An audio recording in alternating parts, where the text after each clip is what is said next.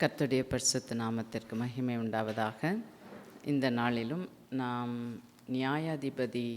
நியாயாதிபதிகள் புஸ்தகத்தை படிக்கப் போகின்றோம்.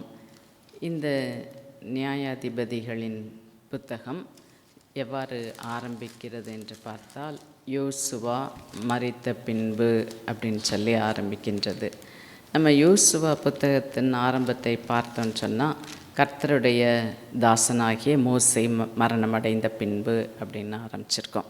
இப்போ இந்த நியாயாதிபதிகளின் புத்தகம் யோசுவா மரித்த பின்பு அங்கே இஸ்ரவேல் மக்கள் எப்படிப்பட்ட பின்மாற்றம் அடைந்தார்கள், அவர்கள் பாவம் செய்து பின்வாங்கி பிறகு தேவனால் தண்டிக்கப்பட்டு மறுபடியும் கர்த்தரை நோக்கி முறையிடுவார்கள். கர்த்தர் ஒரு நியாயாதிபதியை, தீர்க்கதரிசியை எழுப்புவார். இதே அப்படியே தொடர்ந்து நடந்து கொண்டே வருகிறது. மொத்தம் 13 நியாயாதிபதிகளை நம்ம இந்த புத்தகத்தில் பார்க்க முடியும். இந்த புத்தகத்தின் முக்கியமான ஒரு வசனம், தீம் வேர்ஸ், கருப்பொருள் அப்படின்னு சொல்லி எடுத்துக்கிட்டால், கடைசி அதிகாரத்தின் கடைசி வசனம், அந்நாட்களிலே இஸ்ரவேலில் ராஜா இல்லை, அவனவன் தன் தன் பார்வைக்கு சரி போனபடி செய்து வந்தான். இந்த வசனத்தை நம்ம நியாயாதிபதிகள் 17ஆம் அதிகாரம் 6வது வசனத்தில் பார்க்க முடியும். 18ஆம் அதிகாரம் முதல் வசனத்திலும் 19ஆம் அதிகாரம் முதல் வசனத்திலும் பார்க்க முடியும். இதுதான் அங்கே நடக்குது. இஸ்ரவேலிலே ராஜா இல்லை, அதனால் ஜனங்கள் அவங்கவுங்க தன் பார்வைக்கு எது சரின்னு தெரிஞ்சதோ அதை செய்து கொண்டிருந்தார்கள் என்று சொல்லி பார்க்க முடியும். இந்த நியாயாதிபதிகளின் அந்த காலத்தை யூத சரித்திரத்தின் இருண்ட காலம் என்று நாம் சொல்ல முடியும். ஏனென்று சொன்னால், அடிக்கு மேலே அடி விழுது, அடிமைத்தனத்துக்கு மேலே அடிமைத்தனம் வந்துட்டே இருக்குது.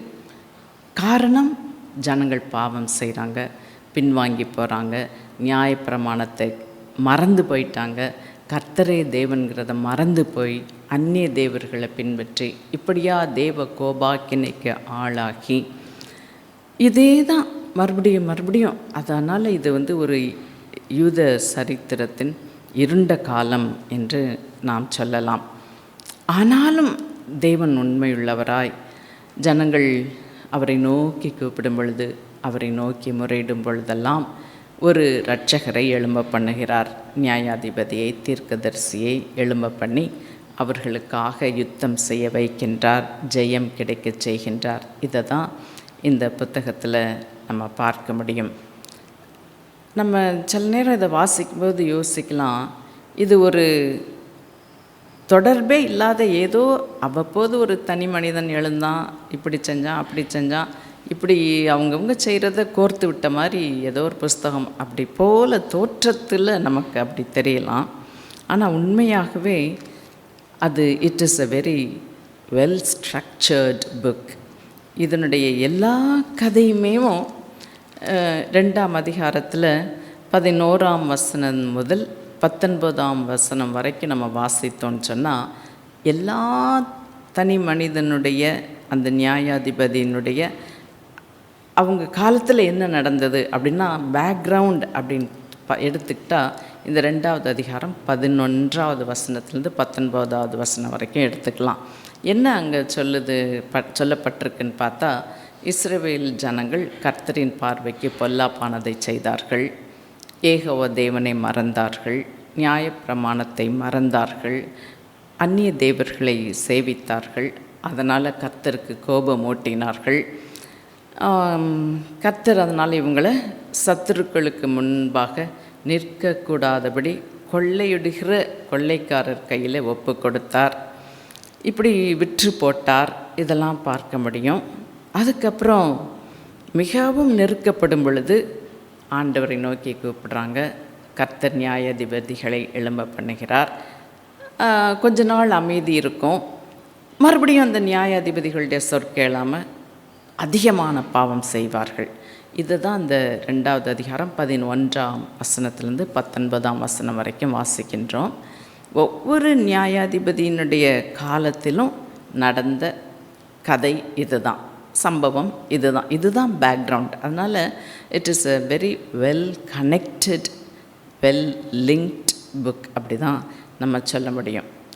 இந்த 13 நியாயாதிபதிகளில் 7 பேரை குறித்து தான் கொஞ்சம் நிறையா சங்கதிகள் சொல்லப்பட்டிருக்கு.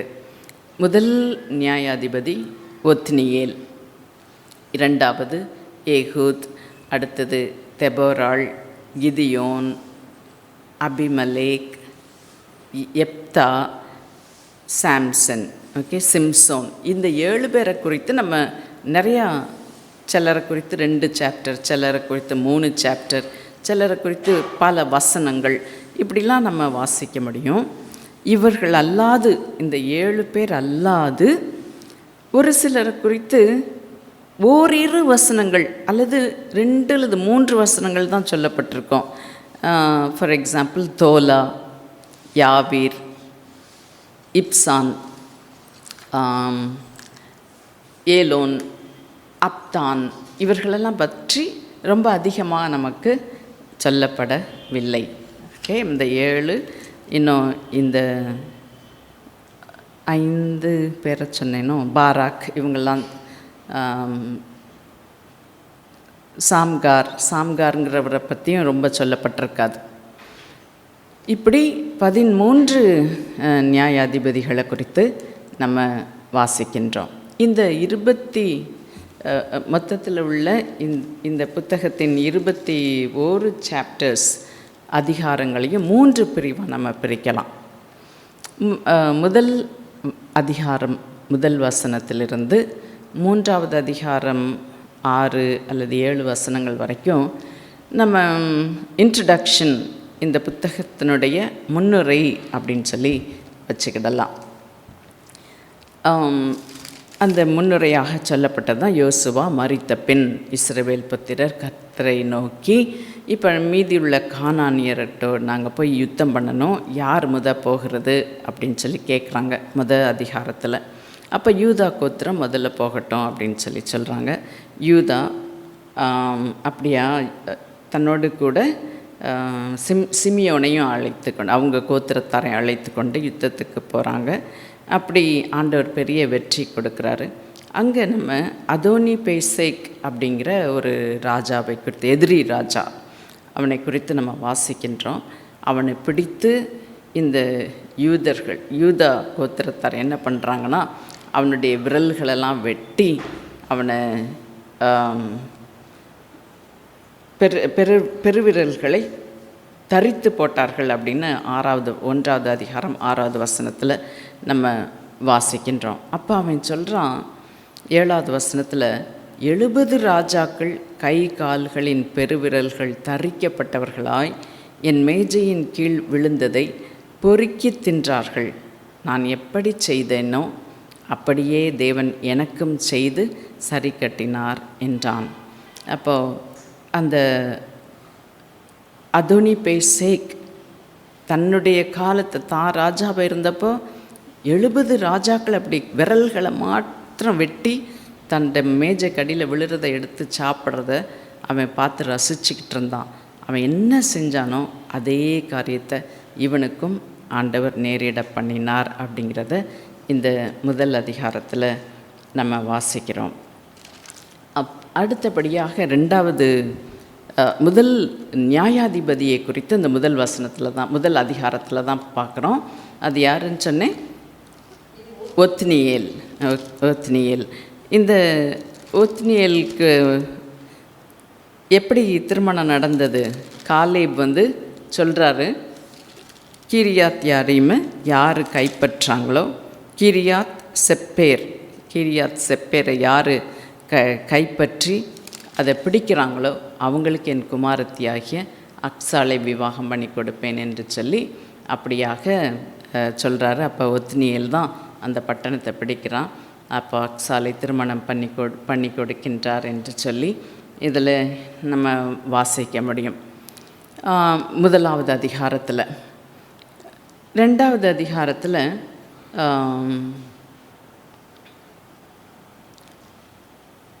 இதில் அடுத்த நியாயாதிபதியை குறித்து நமக்கு ஒன்று இல்லை, இந்த பேக்ரவுண்டு தான் நம்ம ஏற்கனவே பார்த்தோம்.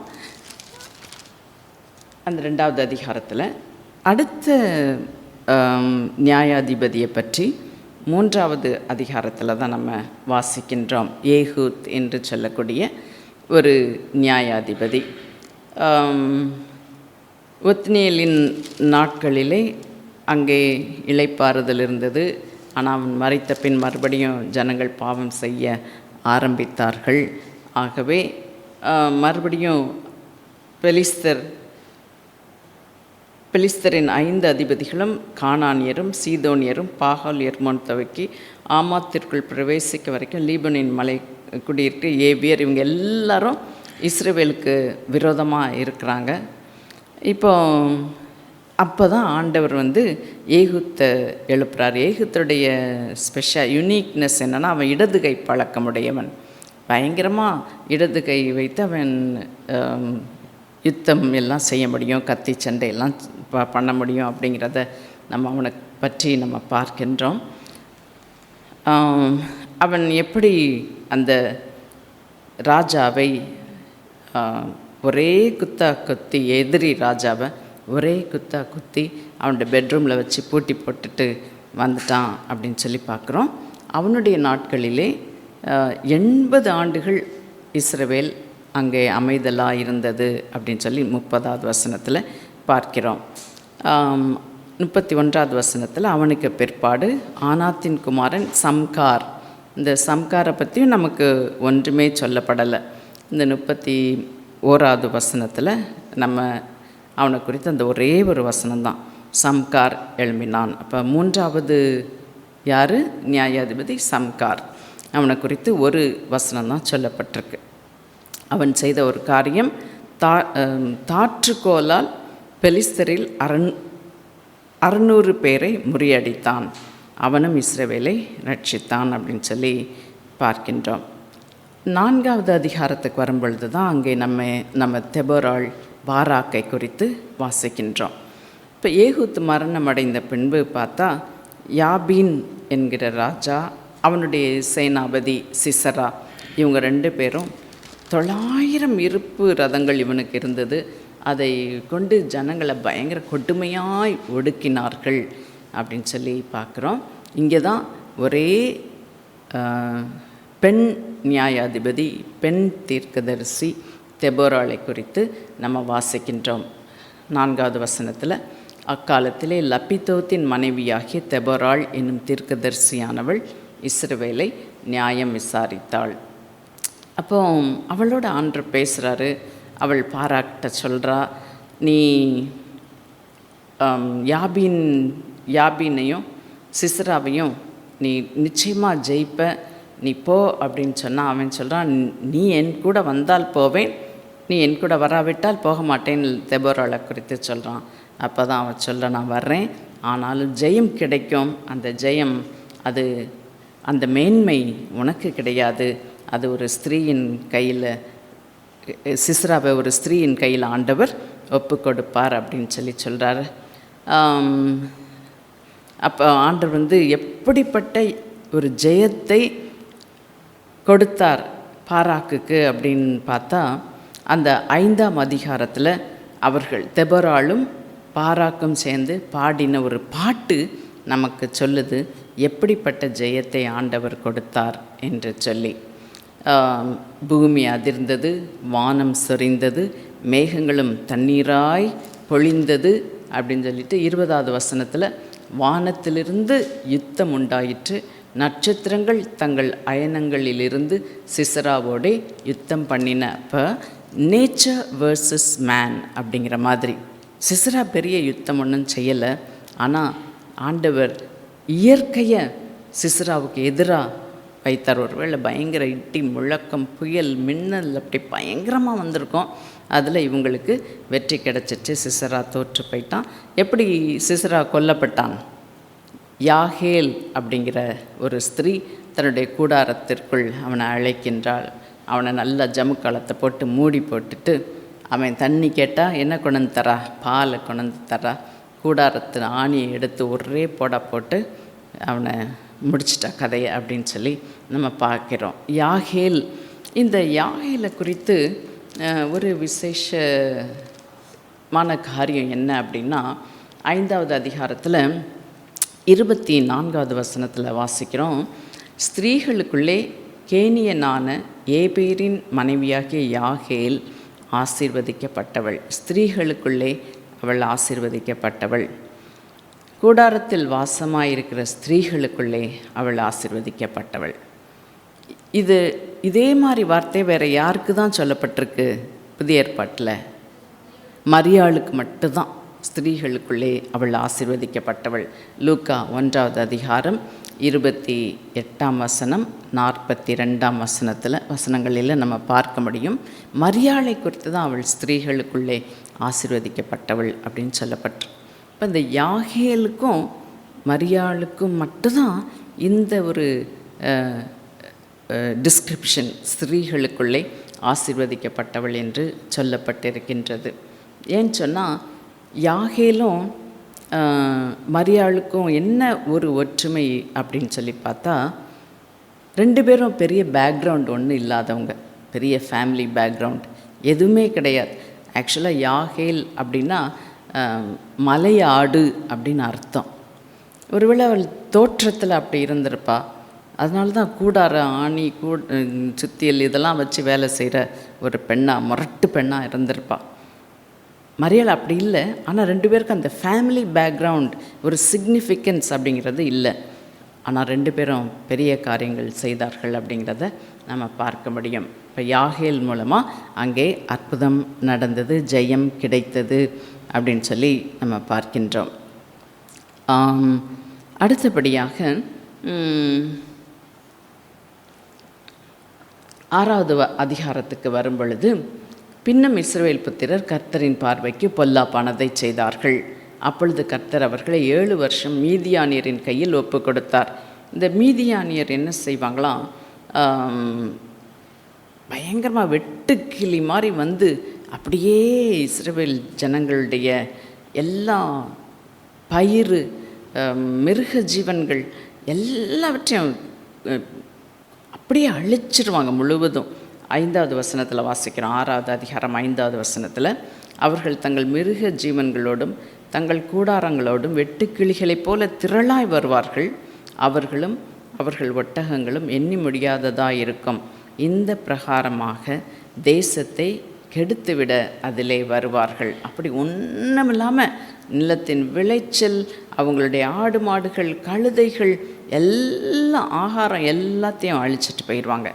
இப்படியே இருக்கும்போது கிதியோன் பயந்து போய் திராட்சை ஆலைக்கு பக்கத்தில் கோதுமையை அடிச்சிட்ருக்கிறான். அப்போது போர் அடிக்கிறப்போ தேவதூதன் அவனுக்கு தரிசனமாகி, பராக்கிரமசாலியே, கர்த்தர் உன்னோட இருக்கிறார். இவன் உண்மையாக பராக்கிரமசாலியா? இல்லை, பயந்தாங்கொள்ளி இல்லையா? 6வது அதிகாரம் 12வது வசனத்தில் வாசிக்கிறோம். கர்த்தருடைய தூதனானவர் அவனுக்கு தரிசனமாகி, பராக்கிரமசாலியே, கர்த்தர் உன்னோட இருக்கிறார் என்றார். அவன் பயந்தாங்கொள்ளி தான், ஆனால் ஆண்டவர் அவனை பராக்கிரமசாலியாக பார்க்கிறார். ஓகே, ஏன்னா அவனை வாழ்க்கையை குறித்து ஆண்டவர் ஒரு பெரிய திட்டம் வச்சிருக்கிறார். அப்போ தான் கிதியோன் கேட்குறாரு அந்த தேவதூதனை பார்த்து, ஆண்டவனே, கர்த்தர் எங்களோட இருந்தால் ஏன் எங்களுக்கு இந்த மாதிரிலாம் நடக்கணும்? இப்போ நிறைய பேர் நம்ம அப்படி தான் கேள்வி கேட்குறோம் இல்லையா? கர்த்தர் ஒருத்தர் இருந்தால், கர்த்தர் என்னோட இருந்தால் ஏன் எங்களுக்கு இப்படிலாம் நடக்கணும்? அது கிதியோனும் கேட்டிருக்காரு. அதனால் நம்ம கேட்குறதுல தப்பு இல்லை. எங்கள் பிதாக்களின் காலத்தில் நடந்த அற்புதங்களெல்லாம் எங்கே அப்படின்னு சொல்லி கிதியோன் கேட்குறார். அப்போ ஆண்டவர் சொல்கிறார், உனக்கு இருக்கிற இந்த பலத்தோட போ, நீ இஸ்ரவேலை மீதியானியரின் கைக்கு நீங்களாக்கி ரட்சிப்பார், உன்னை அனுப்புகிறவர் நான் அல்லவா. இது நிறைய பிரசங்கங்கள் நம்ம கேட்டிருப்போம். அந்த தேவதூதனுக்கு காணிக்கையெல்லாம் கொண்டு வந்து செலுத்துகிறாரு, சாப்பாடெல்லாம் கொடுக்குறாரு, அதெல்லாம் வாசிக்கிறோம். அப்போ தான் இந்த கிதியோன் 24வது வசனத்தில் வாசிக்கிறோம். கிதியோன் கர்த்தருக்கு ஒரு பலிபீடத்தை கட்டி அதற்கு ஏகோவா ஷாலோம் என்று பெயரிட்டான். அப்போ யெகோவா ஷாலோம் யெகோவா ஷாலோம் அப்படின்னு நம்ம பாடுறோம் சொல்கிறோம். அதுக்கு முதலாவது அந்த பெயரிட்டவர் யார்? கிதியோன். ஓகே, கர்த்தருடைய தூதன் அவருக்கு தரிசனமாகி அவரை உற்சாகப்படுத்தின பொழுது அவருக்கு காணிக்கையை கொடுத்து சாப்பாடெல்லாம் கொடுத்துட்டு அப்புறம் ஒரு பலிபீடத்தை கட்டி யெகோவா ஷாலோம், ஏன்னு சொன்னால் சமாதானம், உனக்கு சமாதானம்னு ஆண்டவர் சொல்லிட்டார், அதனால் யெகோவா ஷாலோம் என்று அதற்கு பெயரிட்டான். அப்புறம் தொடர்ந்து சொல்கிறார், அவன் கிதியோன் என்னெல்லாம் செய்யணும், தன்னுடைய தகப்பன் வீட்டில் இருக்கிற விக்கிரகத்தோப்பை அழிக்கணும், அதெல்லாம் சொல்கிறார். அவன் எல்லாவற்றையும் செய்கிறான். அப்போ கர்த்தருடைய ஆவியானவர் கிதியோன் மேலே இறங்கினார் அப்படின்னு சொல்லி பார்க்கிறோம். 7வது அதிகாரத்துக்கு வரும்போது இப்போ யுத்தத்துக்கு போகணும் கிதியோன், மறுபடியும் கொஞ்சம் பயம். ஆனால் ஆண்டவர் சொல்கிறார், நீ இவ்வளோ திரளான கூட்டத்தை கூட்டிகிட்டு நீ போக வேண்டாம், உனக்கு பின்னாடி வர ஜனங்கள்லே நிறைய பேர் பயமும் திகிலும் நிறைஞ்சவங்க இருக்காங்க, அவங்களெல்லாம் கழிச்சிரு. அப்புறம் அப்படி கழித்தாலும் இன்னும் 22,000 பேர் போயிட்டாங்க, 16,000 பேர் மீதி இருக்காங்க.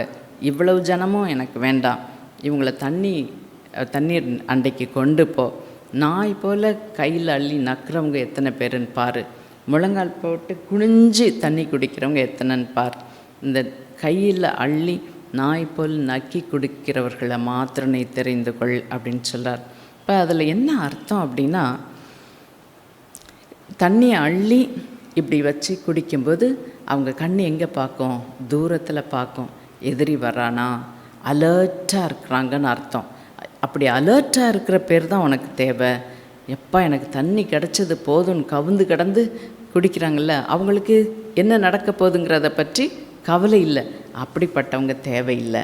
ஆயத்தமாக இருக்கிறவங்க, எப்பவும் ரெடியாக இருக்கிறவங்க. அப்போ அந்த 300 பேர் அவங்கள வச்சு ஆண்டவர் ஒரு பெரிய அற்புதத்தை செய்கிறார். அப்போது மறுபடியும் உனக்கு பயமாக இருக்குது. அப்போ ஆண்டவர் சொல்கிறாரு, உனக்கு பயமாக இருந்துச்சுன்னா நீ உன்னுடைய வேலைக்காரன் பூரா அவனை கூட்டிகிட்டு மீதியானருடைய அவங்களுடைய எதிரியுடைய பாளையத்துக்கு போ, அங்கே என்ன பேசுகிறாங்கங்கிறத கவனித்து கேளுன்னு சொல்கிறார். அப்படி போனால் அங்கே அந்த மீதியானியரையில் 2 பேர், 2 போர்ச்சேவகர்கள்னு வச்சுக்கலாம், அவங்க பேசிகிட்ருக்குறாங்க. ஓகே, ஒருவன் சொல்கிறான், நான் ஒரு சொப்பனம் கண்டேன். என்ன சொப்பனம் அப்படின்னா, ஒரு வார்கோதுமை அப்பம் மீதியானியருடைய பாளையத்துக்கு உருண்டு வந்தது. 13வது வசனம், 7வது அதிகாரத்தில் 13வது வசனம். ஒரு வார்கோதுமை அப்பம் மீதியானியருடைய பாளையத்திற்கு உருண்டு வந்தது. அது கூடாரம் மட்டும் வந்தபோது அந்த கூடாரத்தை மோதி தள்ளி போட்டுருச்சு, அந்த கூடாரம் விழுந்து கிடந்தது அப்படின்னு சொல்லி ஒரு சொப்பனத்தை சொல்கிறான். உடனே அடுத்தவன் அந்த சொப்பனத்துக்கு அர்த்தம் சொல்கிறான், இது கிதியோன் என்னும் இஸ்ரவேலுடைய பட்டயம்தான், அதல்லாமல் வேற அல்ல. தேவன் மீதியானியரையும் இந்த சேனை அனைத்தையும் அவன் கையிலே ஒப்பு கொடுத்தார்னு சொல்லி எதிரிகள் பேசுகிறத அவன் கேட்டு ரொம்ப உற்சாகமடைனான். அப்புறம் பெரிய ஜெயம் கிடைக்குது அப்படின்னு சொல்லி நம்ம 7வது அதிகாரத்தில் பார்க்க முடியும்.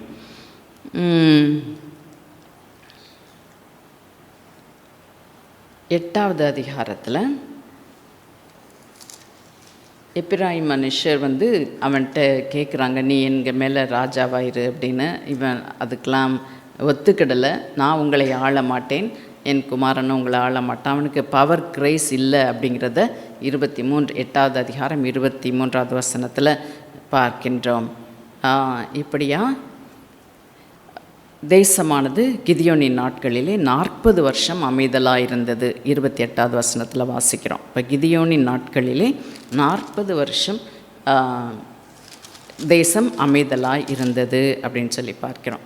இந்த கிபியோனை குறித்து இன்னொரு காரியம் என்னென்னா, அவனுக்கு அநேகம் ஸ்திரீகள் இருந்தார்கள். அவனுடைய கற்ப பிறப்பான குமாரர் 70 பேர்.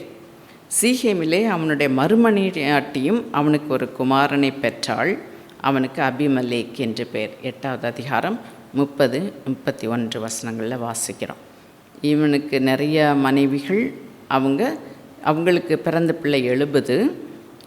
அதுபோக மறுமணியாட்டி சீகேமில் இருந்தால் அவளுக்கு ஒரு குமாரன், அவனுக்கு அபிமலேக்கு.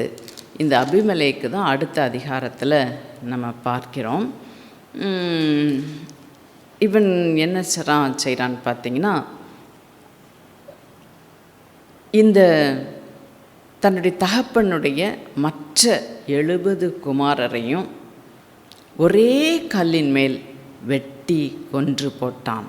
ஒரே ஒரு பையன் மட்டும் அவன் தப்பிச்சு ஓடிடுறான். மற்ற 69 பேரையும் இவன் யோதாம் என்று சொல்லக்கூடிய ஒரே ஒருத்தன் மாத்திரம் தப்புறான். மற்ற எல்லாரையும் 70 பேர் 69 பேரை ஒரே கல்லின் மேல் கொலை செய்தான். எதுக்கு அப்படின்னு பார்த்தா, அவன் ராஜா ஆகணும், அவ்வளோதான்.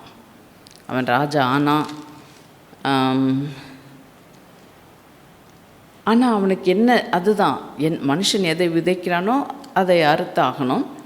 இவன் யுத்தத்துக்கு போகிறான். யுத்தத்துக்கு போகும் பொழுது 9வது அதிகாரம் 50வது வசனத்தில் வாசிக்கிறோம். பின்பு அபிமெலேக்கு தேபேசுக்கு போய் அதற்கு விரோதமாய் பாளையம் இறங்கி அதை பிடித்தான். அந்த பட்டணத்தின் நடுவே பலத்த துருக்கம் இருந்தது. அங்கே சகல புருஷரும் ஸ்திரீகளும் பட்டணத்து மனுஷர் அனைவரும் ஓடி புகுந்து கதவை பூட்டி கொண்டு துருக்கத்தின் மேல் ஏறினார்கள். அபிமெலேக்கு அந்த துருக்கம் மட்டும் வந்து அதன் மேல் யுத்தம் பண்ணி துருக்கத்தின் கதவை சுட்டரித்து போடும்படிக்கு அது கிட்ட சேர்ந்தான். அப்படி அவன் கிட்ட வர எவ்வளவு தீரமான செயலாம் செய்கிறான். ஆனால் அந்த துருக்கத்துக்கு பக்கத்தில் வரும்போது துருக்கத்தின் உச்சிலேருந்து ஒரு ஸ்திரீ பார்க்குறா. ஒரு ஏந்திர கல்லின் ஒரு துண்டு தான், அதை எடுத்து அவன் மண்டையில் மேலேருந்து போடுற, மண்டை உடஞ்சிருச்சு அவனுக்கு. அவ்வளோதான். அவன் தன்னுடைய ஆயுதத்துக்காரியாகிய தன்னுடைய வேலைக்காரனை கூப்பிட்டு சொல்கிறான், ஒரு ஸ்திரீ என்னை கொண்டு போட்டா அப்படின்ற பேர் எனக்கு வந்துட வேண்டாம், அதனால் நீ உன் பட்டயத்தை உருவி என்னை கொன்று போடு என்று சொன்னான். அவன் வேலைக்காரன் அவனை உருவ குத்தினான். அவன் செத்து போனான். பார்த்தீங்களா, அபிமெலேக்கு தன் 70 சகோதரரை கொலை செய்ததினால் தன் தகப்பனுக்கு செய்த பொல்லாப்பை தேவன் அவன் மேல் திரும்பும்படி செய்தார். அப்போது மனுஷன் எத்தை விதைக்கிறானோ அதை அறுத்தே ஆகணும். இவன் நினச்சான் நம்மளை விட்ட ஆள் இல்லைன்னு 69 பேரை ஒரே நாளில் தன்னுடைய சகோதரர்களை வெட்டி கொன்றான். அவன் துளி கூட எதிர்பார்க்காத அளவு ஒரு ஸ்திரீ கல்லை போட்டால் அவன் மண்டை உடைஞ்சது. வேலைக்காரன் அவனை கொன்று போட்டான் அப்படின்னு சொல்லி பார்க்கின்றோம். அடுத்து 10வது அதிகாரத்தில் தோலா என்று சொல்லக்கூடிய 7வது நியாயாதிபதியை குறித்து நம்ம வாசிக்கிறோம். தோலா அப்படின்னாலே புழு அப்படின்னு தான் அர்த்தம். இவனை பற்றி ரொம்ப நமக்கு சொல்லப்படலை.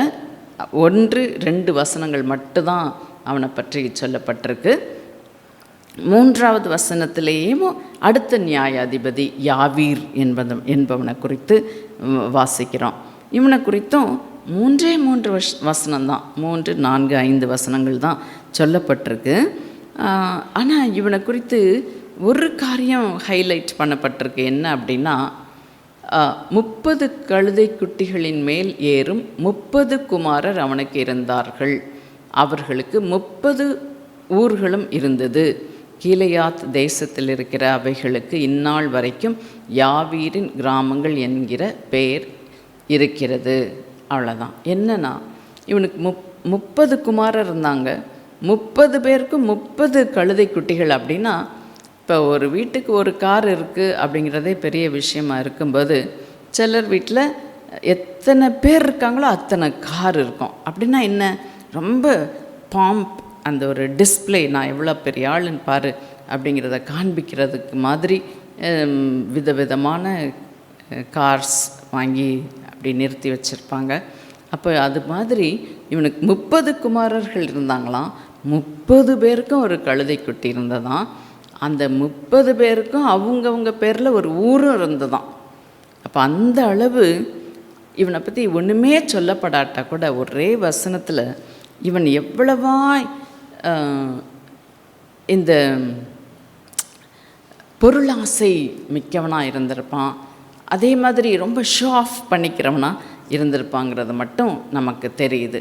ஓகே, ஆகையால் இவனை குறித்து ரொம்ப ஒன்றும் சொல்லப்படலை. அடுத்தது யெப்தா, அவனை குறித்து நம்ம வாசிக்கின்றோம். இந்த யெப்தா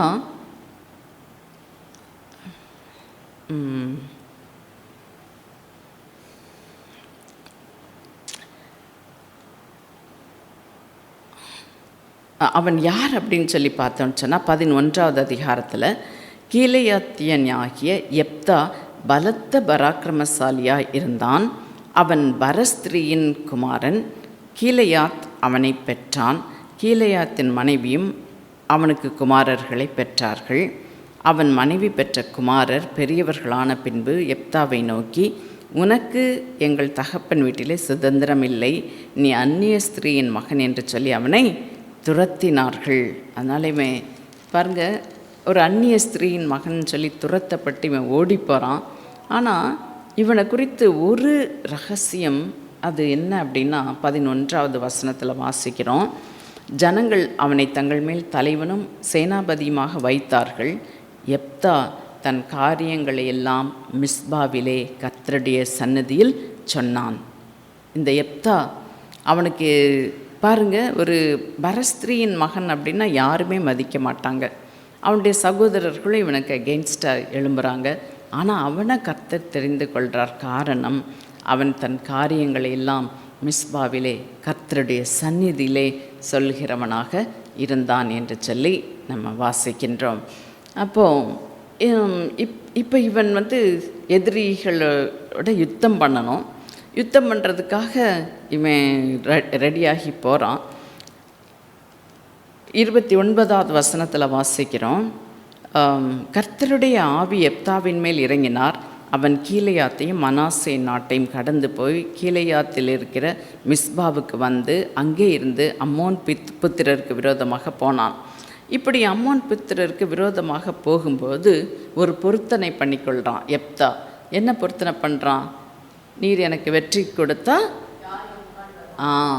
எனக்கு எதிராக யார் முதல்ல வர்றாங்களோ, யாராக இருந்தாலும் சரி, சர்வாங்க தகன பலியை நான் கொடுப்பேன் அப்படின்னு சொல்லி இவனுக்கு வெற்றி கிடைக்குது. சந்தோஷமாக திரும்பி வர்றான். வந்தால் அந்த வெற்றி செய்தியை கேட்டு யெப்தாவின் ஒரே மகள் ஆடி பாடி நடனமாடி அப்பாவை கங்க்ராச்சுலேட் பண்ணுறதுக்கு வர்றா.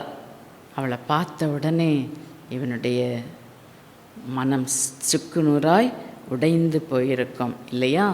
யெப்தா மிஸ்பாவில் இருக்கிற தன் வீட்டுக்கு வருகிற போது இதோ அவன் குமாரத்தை தம்புரு வாசித்து நடனம் செய்து அவனுக்கு எதிர்கொண்டு வந்தாள்.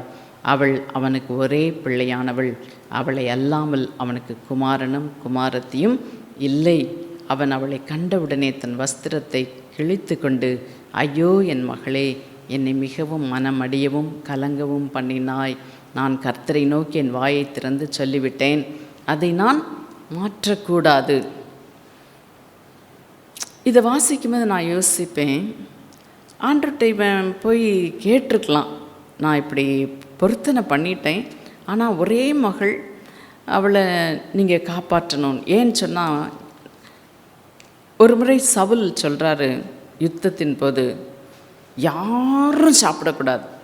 அப்போ யோனத்தன் பார்க்குறான், அப்பா சொன்ன காரியம் எதுவுமே தெரியாது, இன்றைக்கி யாராவது சாப்பிட்டா அவன் கொலை செய்யப்படுவான், அவன் என் மகனாக இருந்தால் கூட அவனை நான் கொலை தான் செய்வேன்னு சொல்கிறார். அப்போ யோனத்தன் காட்டிலேருந்து தெளித்தேன் ஒழுகுது கூட்டிலேருந்து, அதை ஒரு குச்சியில் தொட்டு நாக்கில் வைக்கிறார். கண்ணு பளிச்சுன்னு ஆயிடுது. அப்போ இவனுக்கு தன்னுடைய தகப்பன் இப்படி சொன்னது தெரியாது. அப்போ சவுல் சொல்கிறார், நீ என்னுடைய மகனாகவே இருந்தாலும், ஓகே, சீட்டு போடப்படுது, அது யோனத்தான் பேரில் விழுது, நீ என் மகனாகவே இருந்தாலும் நான் சொல்லிட்டேன், அதனால் நீ சாகணும்னு சொல்கிறார். ஆனால் என்ன நடக்குது அங்கே? அவன் செத்தானா யோனத்தான்? இல்லை, ஜனங்கள் எல்லாம் யோனத்தானுக்காக பேசுகிறாங்க. இன்றைக்கு யோனத்தானால் பெரிய வெற்றி நமக்கு கிடைச்சிருக்கும்போது அவன் இன்றைக்கு சாகக்கூடாது அப்படின்னு சொல்லி. இப்போ நான் யோசித்தேன், ஒருவேளை ஆண்மகனாக இருந்து யெப்தாவுக்கு ஒரே ஆண்மகன் அவன்தான் எதிரிட்டு வந்திருந்தான் அப்படின்னு சொன்னால் ஜனங்கள் ஒருவேளை சப்போர்ட் பண்ணியிருப்பாங்களோ, யோனத்தானுக்கு பேசினது போல பேசியிருப்பாங்களோ, பொம்பளை பிள்ளை தானே போனால் போகுது அப்படின்னு விட்டுட்டாங்களோ அப்படின்னு சில நேரம் நான் யோசிப்பது உண்டு. ஏன்னா இதை அக்செப்ட் பண்ண முடியாத அளவு சில நேரம் எனக்கு பெயின்ஃபுல்லாக இருக்கும். தன்னுடைய ஒரே மகளை அவன் செய்த பொருத்தனை நிமித்தம் அவன் கொன்று போட்டான், தகன பலியாக இட்டான் அப்படிங்கிறது. ஆண்டவர் நிச்சயமாக அப்படி ஈவு இரக்கம் இல்லாதவர் அல்ல. ஆண்டவர்கிட்ட ஒருவேளை அவன் பேசியிருந்தான் அப்படின்னா நிச்சயமாக அவளை காப்பாற்றியிருக்க முடியுமோ அப்படிலாம் சில நேரம் நான் யோசிப்பது உண்டு. ஓகே, எப்தா அவனுடைய நாட்களிலே 18 வருஷம் அமைதல் இருந்தது அப்படின்னு சொல்லி நம்ம வாசிக்க முடியும். எப்தாக்கு அடுத்தபடியாக இப்சான் அப்படிங்கிறத தான் நம்ம இப்சான் என்கிறவன் அவனை குறித்து 12ஆம் அதிகாரம் 8வது வசனத்தில் வாசிக்கிறோம். 7வது வசனத்தில் எப்தா இஸ்ரவேலை 6 வருஷம் நியாயம் விசாரித்தான். பின்பு கீலேயாத்தியனா எப்தா மரித்து கீலேயாத்தில் உள்ள ஒரு பட்டணத்தில் அடக்கம் பண்ணப்பட்டான். அவனுக்கு பின்பு பெத்லெஹேம் ஊரானாகிய இப்சான் இஸ்ரவேலை நியாயம் விசாரித்தான். இந்த இப்சான் அப்படிங்கிறதுக்கு இல்லஸ்ட்ரியஸ் அப்படின்னு சொல்லி இல்லஸ்ட்ரியஸ் அப்படின்னு பொருள். இப்சான் 12வது அதிகாரம் 8வது வசனத்தில் வாசிக்கிறோம். இவன் இல்லஸ்ட்ரியஸ் அப்படின்ற அளவுக்கு, இல்லஸ்ட்ரியஸ் அப்படின்னா மிகவும் புகழ்பெற்ற, பெயர் பெற்ற அப்படின்னு அர்த்தம். அப்படி புகழ்பெற்ற, பெயர் பெற்ற அப்படின்னு சொல்கிற அளவுக்கு இவன் எதையுமே சாதித்ததா இங்கே வசனம் இல்லை. இவனை பற்றி சொல்லப்பட்ட வசனங்கள் 8லேருந்து 10 அவ்வளவுதான்.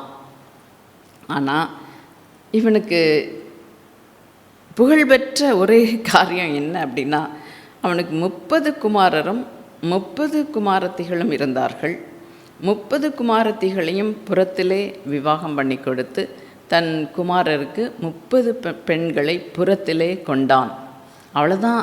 இவனை குறித்து ரொம்ப ஸ்பெஷலாக சொல்லணுன்னா 60 பிள்ளைங்களை பெற்றான். 60 பேரையும் புற ஜாதியினருக்கு திருமணம் செய்தான், அப்படி செய்து வைத்தான் என்று சொல்லி ஆள்தான் ஒன்று தான் பார்க்குறோம். அதை தவிர வேறு ஒன்றுமே இப்சானை பற்றி புகழ்பெற்றவன் அப்படின்னு சொல்கிறதுக்கு ஒன்றுமே இல்லை. இதே அதிகாரத்தில் தான் 11வது நியாயாதிபதி ஏலோன் 12வது அதிகாரத்தில் 11வது வசனத்தில் வாசிக்கிறோம். இப்சான் மரித்தான். அவனுக்கு பின்பு செபுலோனியனாகிய ஏலோன் இஸ்ரவேலை நியாயம் விசாரித்தான். அவன் 10 வருஷம் இஸ்ரவேலை நியாயம் விசாரித்தான் அப்படின்னு சொல்லி இந்த ஏலோனை குறித்து 2 வசனங்கள் தான் சொல்லப்பட்டிருக்கு. வேறு ஒன்றுமே அவனை பற்றி சொல்லப்படலை. அடுத்தபடியாக அதே அதிகாரத்தில் 13வது வசனத்தில் 12வது நியாயாதிபதியின் பேரை நம்ம வாசிக்கிறோம். அவனுக்கு பின்பு இல்லேலின் குமாரனாகிய பிரேத்தோனியனான அப்தோன் இஸ்ரவேலை நியாயம் விசாரித்தான். அவனை குறித்து அது 3 தான். அவனுக்கு 40 குமாரரும் 30 பேரப்பிள்ளைகளும் இருந்தார்கள். அவர்கள் 70 கழுதைகளின் மேல் ஏறுவார்கள். பாருங்கள், இந்த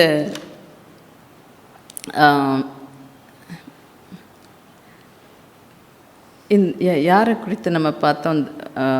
யாவீர் தானே 30 குமாரருக்கு 30 கழுதை குட்டிகள் 30 ஊர் வச்சுருந்தான். யாவீர் 10வது அதிகாரத்தில் வாஸ்தம் இல்லையா?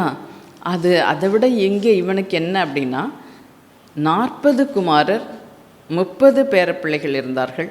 அவர்கள் 70 கழுதைகளின் மேல் ஏறுவார்கள். அவன் இஸ்ரவேலை 8 வருஷம் நியாயம் விசாரித்தான். பிள்ளைகளுக்கு மட்டும் இல்லை, பேரப்பிள்ளைங்களுக்கும் சேர்த்து இவர் கார் வாங்கி கொடுத்துருக்காருன்னு அர்த்தம். ஓகே, 70 பேர் 70 கழுதைகள் அப்படின்னு சொல்லி. அதை தவிர இவருடைய விசேஷமாக இவர் செய்தது ஒன்றுமே இல்லை அப்படின்னு சொல்லி இந்த அப்தோனை குறித்து நம்ம வாசிக்கின்றோம். அப்தோன் 12வது நியாயாதிபதி. இப்போ கடைசி நியாயாதிபதி யார்?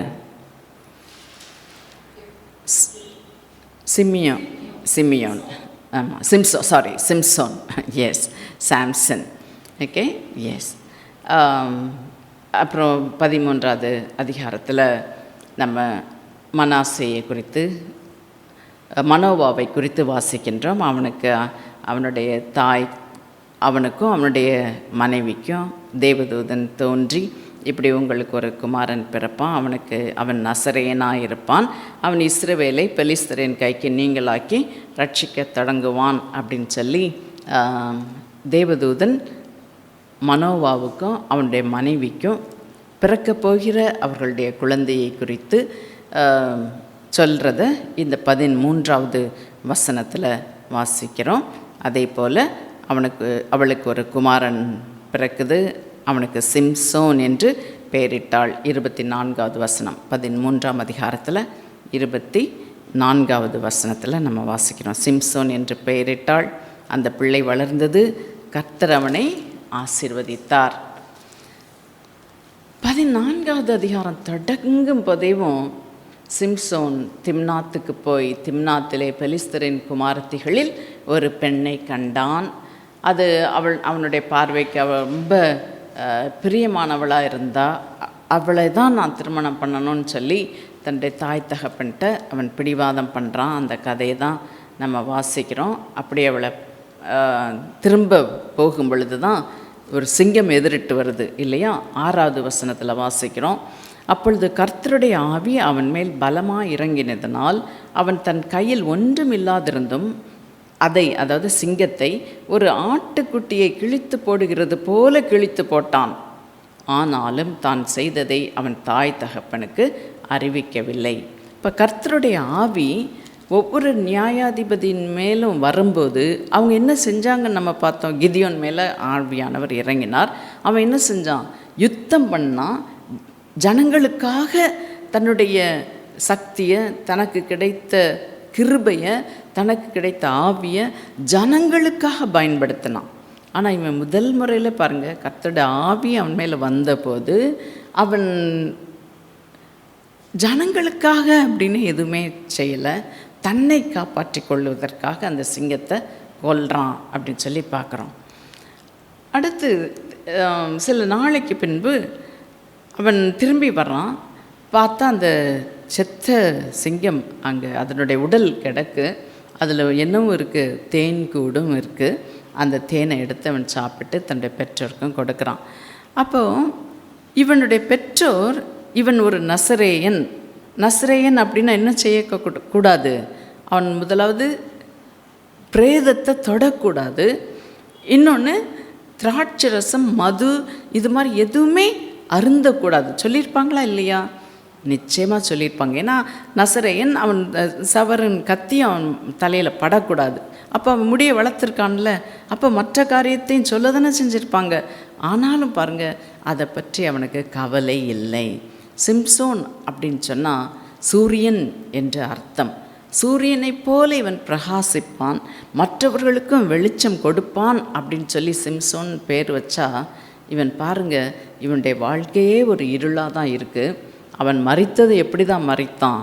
இரு கண்களும் பிடுங்கப்பட்டவனாய் இல்லையா? வேடிக்கை பொருளாக்கப்பட்டவனாய், தேவனுடைய நாமம் தூஷிக்கப்படுற அளவுக்கு அங்கே அந்நிய தேவர்களை குறித்து சொல்கிறாங்க. நம்மளுடைய தேவன் இந்த சிம்சோனை நம்மளோட கையில் ஒப்பு கொடுத்தாங்க அப்படின்னு சொல்லி அவங்க கொண்டாடுறாங்க அப்படின்னு சொல்லி அதை பார்ப்போம். 2வது முறையாக பாருங்கள், இப்போ அவன் ஒரு விடுதலையை சொல்கிறான். அந்த விடுதலையை சொல்ல விடுகதையை சொல்கிறான். விடுகதையை அவங்களுக்கு அறிவிக்க முடியலை. நீங்கள் அறிவிக்கட்டால் 30 மாற்று வஸ்திரத்தை தரணும்னு சொல்லி பெட் பண்ணியிருந்தான் இல்லையா? இப்போது அவளுடைய அந்த பெண் அவனை தொல்லை பண்ணி அழுது, நீ என்னை நேசிக்கலை, என்னை பகைக்கிற, அதனால தான் என் ஜனங்களுக்கு சொன்ன அந்த விடுகதையை எனக்கு நீ அந்த ஆன்சரை சொல்ல மாட்டேங்கிற அப்படின்னு துணத்தி எடுத்ததுனால இவன் சொல்லிடுறான். அவள் போய் என்ன சொல்லிடுறா? ஜனங்களுக்கு சொல்லிடுறான். அப்போ என்ன செய்யணும்? இப்போ இவன் தான் 30 மாற்று வஸ்திரத்தை கொடுக்கணும். இப்போ 19வது வசனத்தில் வாசிக்கிறோம், கர்த்தருடைய ஆவி அவன் மேல் இறங்கினதுனால் அவன் போய் 30 பேரை கொன்றான். அந்த வஸ்திரத்தெல்லாம் கொண்டு வந்து கொடுத்தான். இப்போ 2வது முறையும் பாருங்கள், தன்னுடைய ஜனத்துக்காக அவன் கர்த்தருடைய ஆவி தன்மேல் இறங்கின அந்த வல்லமையை தன்னுடைய ஜனத்துக்காக அவன் பயன்படுத்தலை, தனக்காக தன்னை காப்பாற்றி கொள்ள தான் அவன் பயன்படுத்தினான் என்று சொல்லி பார்க்கின்றோம். அப்புறம் இவன் வந்துடுறான். சிம்சோனின் பெண் ஜாதி அவனுடைய தோழரில் ஒருவனுக்கு கொடுக்கப்படுகிறாள். 20வது வசனத்தில் வாசிக்கிறோம்.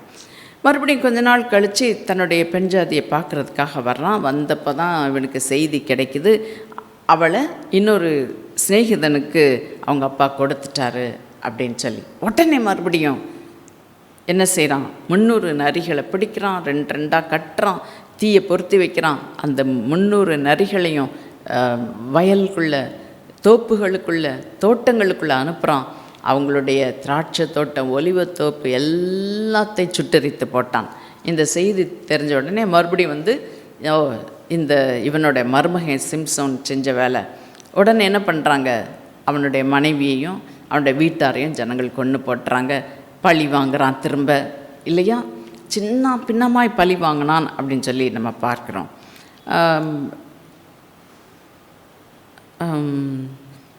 அப்போ சரி, இவனை கட்டி கொண்டு போய், இவனால் பெரிய தொல்லையாக இருக்குன்னு சொல்லி அவங்க ஊராரே இவனை கட்டி கொண்டு போய் கொடுத்துடலாம் அப்படின்னு நல்ல கயிறில் கட்டி கொண்டு போய் கொடுக்கறதுக்கு போகிறாங்க. மறுபடியும் கர்த்தருடைய ஆவியான் மேலே பலமாக இறங்கினதுனால் 14வது வசனம், தன் புயங்களில் கட்டியிருந்த கயிறுகள் நெருப்புப்பட்ட நூல் போலாகி அவன் கட்டுகள் அவன் கைகளை விட்டு அறுந்து போயிற்று. இப்படி ஒவ்வொரு முறையும் கர்த்தருடைய ஆவியான் மேல் வரும்போதெல்லாம் அவன் தன்னுடைய பலனை, அசூர பலன் எதற்காக ஆண்டவர் கொடுத்தார்? பெலிஸ்தர் கையிலிருந்து இஸ்ரவேலரை இவன் மீட்டெடுப்பான்ற நம்பிக்கையில் சுயநலனுக்காகவே அவன் பயன்படுத்தினான். சரிப்பா, இத்தனை நடந்த பிறகு பாடத்தை கற்றுக்கொள்வான்னு பார்த்தா இல்லை. காசாவுக்கு போகிறான், அங்கே ஒரு வேசியை பார்க்குறான், விழுந்துடுறான். அடுத்து தெளிலாளுங்கிறவள்கிட்ட தன் மனசை விற்று போட்டான். கடைசியில் அவள் நிமித்தம் அவன் தன்னுடைய பயங்கரமான துயரமான முடிவையும் சந்திக்க நேர்ந்தது. ஒவ்வொரு தடையும் அவகிட்ட எல்லா ஊரார் கேட்குறாங்க, தெலிலாள், நீ சிம்சன்ட்ட எப்படியாவது கண்டுபிடிச்ச அவனுடைய அசுர பலன் எங்கேருந்து வருது, அதனுடைய ரகசியம் என்ன கேட்டு சொல்லுனா, இவன் 3 தடவை அப்படி பொய்யா சொல்லிட்டான். ஒன்றும் நடக்கலைன்னொன்னே ரொம்ப அழுது கெஞ்சி போராடி கடைசியில் 4வது தடவையாக தன் இருதயத்தையெல்லாம் அவளுக்கு வெளிப்படுத்தினான்.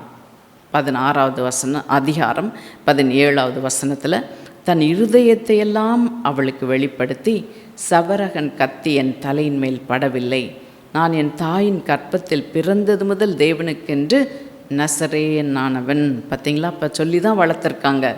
என் தலை சிரைக்கப்பட்டால் என் பலம் என்னை விட்டு போம், அதனாலே நான் பலட்சியமாகி மற்ற எல்லா மனுஷரை போலும் ஆவேன் என்று அவளிடத்தில் சொன்னாள். அவ்வளோதான். ஆட்கள் வந்தாங்க. இவன் நல்லா தெளிலால் மடியில் தூங்கிட்டுருக்கான். தலையை சிரைச்சாங்க, மொட்டை அடித்தாங்க. திரும்ப இவன் எல்லாம் தன்னுடைய பலம் திரும்பி வரும்னு நினச்சி எழுந்திருக்கிறான். அவனுடைய பலம் அவனை விட்டு போனதை அறியாதிருந்தான் என்று சொல்லி நம்ம பார்க்கிறோம். அவ்வளோதான். பெலிஸ்தர் அவனை பிடித்து 21வது வசனத்தில் வாசிக்கிறோம். பெலிஸ்தர் அவனை பிடித்து அவன் கண்களை பிடுங்கி அவனை காசாவுக்கு கொண்டு போய் அவனுக்கு 2 வெண்கல விலங்குகளை போட்டு சிறைச்சாலையிலே மாவரைத்து கொண்டிருக்க வைத்தார்கள். எவ்வளவு ஒரு பரிதாபமான ஒரு நிலைமை பாருங்கள். அவனுடைய அழைப்பு ஒரு உன்னத அழைப்பு, யாருக்குமே இல்லாத ஒரு நசரேய அழைப்பு. அந்த நியாயாதிபதிகளில் யாருக்குமே அந்த நசரேய அழைப்பு இல்லை. இவன் மட்டும் ரொம்ப ஸ்பெஷல். அப்படிப்பட்ட அசூர பலன் அவனுக்கு ஆண்டவர் கொடுத்தார்.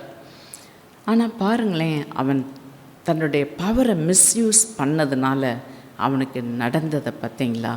இப்போ கர்த்தர் நமக்கு கிஃப்ட் ஏதோ கொடுக்குறார், ஒரு ஸ்பெஷல் ஸ்கில் தர்றார் அப்படின்னா அதை அவருடைய நாம மகிமைக்காக நாம் பயன்படுத்த வேண்டும். அதை செய்ய சிம்சோன் தவறி போனதுனால அவனுடைய முடிவு பயங்கரமாக இருந்தது. யோசித்து பாருங்கள், அவனுடைய கண்ணை பிடுங்கி, அப்படின்னா எப்படி கண்ணை பிடுங்கியிருப்பாங்க. இந்த சிம்சோன் ஃபில்ம்லாம் பார்க்கும்போது அது பயங்கரமாக இருக்கும். ரெட் ஹாட் அயன் ராடை அவன் கண்ணில் குத்துவாங்க, 2 கண்ணையும். அந்த வேதனையோட பெரிய கல் அதில் மாவரைக்க வைப்பாங்க. எல்லாம் அவ்வப்போது அவனை கூப்பிட்டு வேடிக்கை பார்க்கவும் வைப்பாங்க. அப்போ தான் சொல்கிறாங்க 24வது வசனத்தில், ஜனங்கள் அவனை கண்டவுடனே, ஏன்னா அவனுடைய சோகமான அந்த நிலைமையை பார்க்குறாங்க, கண்டவுடனே நம்முடைய தேசத்தை பாழாக்கி நம்மில் அநேகரை கொன்று போட்ட நம்முடைய பகைஞனை நம்முடைய தேவன் நமது கையில் ஒப்பு கொடுத்தார் என்று சொல்லி தங்கள் தேவனை புகழ்ந்தார்கள். வாட் எ ஷேம் இல்லையா? இப்போ அவனுக்கு எல்லாருக்கு முன்னாடி வேடிக்கை காட்டுறதுக்காக கொண்டு வர சொல்கிறாங்க. அப்போ தான் அவன் அந்த வீட்டினுடைய 2 தூண் எங்கே இருக்குது அப்படின்னு சொல்லி அதில் சாய்ந்து கொண்டு இருக்கும்படி அதை நான் தடவி பார்க்கட்டும்னு ஒரு சிறு பையன்கிட்ட கேட்குறான்.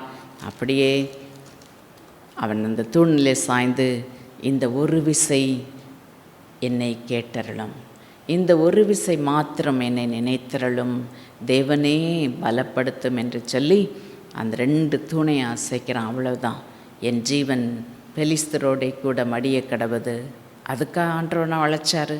அதுக்கு ஆண்டவர் அவனுக்கு இவ்வளவு அசுர பலத்தை கொடுத்தாரு? இல்லை, அவனுடைய முடிவு பரிதாபமாய் இருந்தது. இதுதான் செகண்ட் பார்ட். அந்த 3வது அதிகாரத்திலேருந்து 16வது அதிகாரம் வரைக்கும் உள்ளது செகண்ட் பார்ட்டுன்னு வச்சுக்கலாம். அடுத்தது தேர்ட் பார்ட்டில் என்ன பார்க்குறோம் அப்படின்னா, இன்னும் இஸ்ரவேலில் பயங்கர குழப்பங்கள், அதுக்கு அந்த குழப்பத்துக்கு காரணமாக இருந்தது, அதெல்லாம் பற்றி தான் 17வது அதிகாரத்துலேருந்து 21ஆம் அதிகாரம் வரைக்கும் நம்ம வாசிக்கிறோம். அந்த குழப்பத்துக்கு காரணமாக முதல் காரணம் விக்கிரக ஆராதனை.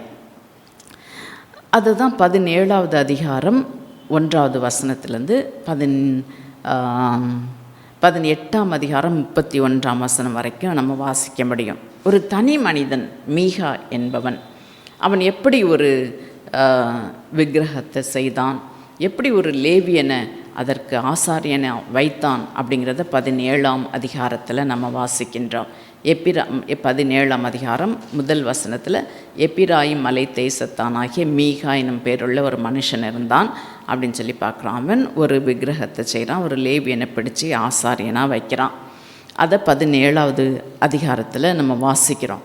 இப்போ இவன் செய்ததுனால ஒரு பெரிய கோத்திரமே இப்போ இவனை பின்பற்றி போக ஆரம்பிச்சிருச்சு. பெரிய கோத்திரம், அவங்க எல்லாருக்கும் இவன் இப்போ 18வது அதிகாரத்தில் 30வது வசனத்தை வாசிக்கிறேன். 18வது 30வது வசனம், அப்பொழுது தான் புத்திரர் அந்த சுரூபத்தை தங்களுக்கு ஸ்தாபித்து கொண்டார்கள். பாருங்கள், ஒரு மனுஷன் மீகா செய்த அந்த தவறு இப்போ ஒரு கோத்திரமே அதை பின்பற்ற ஆரம்பிச்சிருச்சு. மனாசேயின் குமாரனாகிய கெர்சோனின் மகன் யோனத்தானும் அவன் குமாரரும் அந்த தேசத்தார் சிறைப்பட்டு போன நாள் மட்டும் தான் கோத்திரத்தாருக்கு ஆசாரியராய் இருந்தார்கள். பார்த்தீங்களா?